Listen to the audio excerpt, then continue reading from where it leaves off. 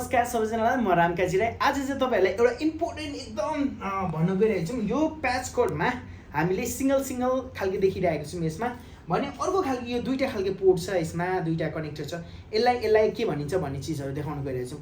यसलाई चाहिँ तपाईको डुप्लेक्स भनिन्छ, अथवा डुअल पनि भनिन्छ भने यसलाई एउटालाई मात्रै भएकोलाई एउटा सिम्प्लेक्स भनिन्छ।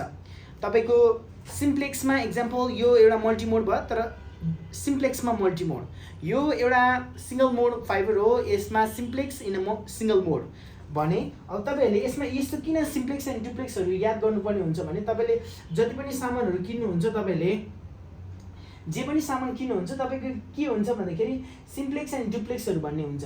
जति पनि यसमा यो मल्टिमोडको उद्देश्यमा डुप्लेक्स दुईटा भएको अर्को कुनै पनि चीजहरु हेर्न सक्नुहुन्छ तपाईले।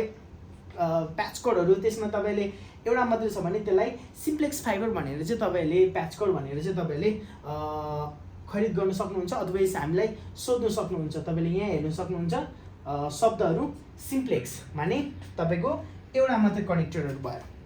यो किन भन्दाखेरि यो अब तपाईको डुप्लेक्स र सिम्प्लेक्सहरु कहाँ युज हुन्छ भन्दाखेरि एक्जाम्पल मल्टिमोड एसएपीहरुमा मल्टिमोड एसएपी अथवा 100 जिगाहरुकोमा पनि तपाईको डुअल खालके हुन्छ।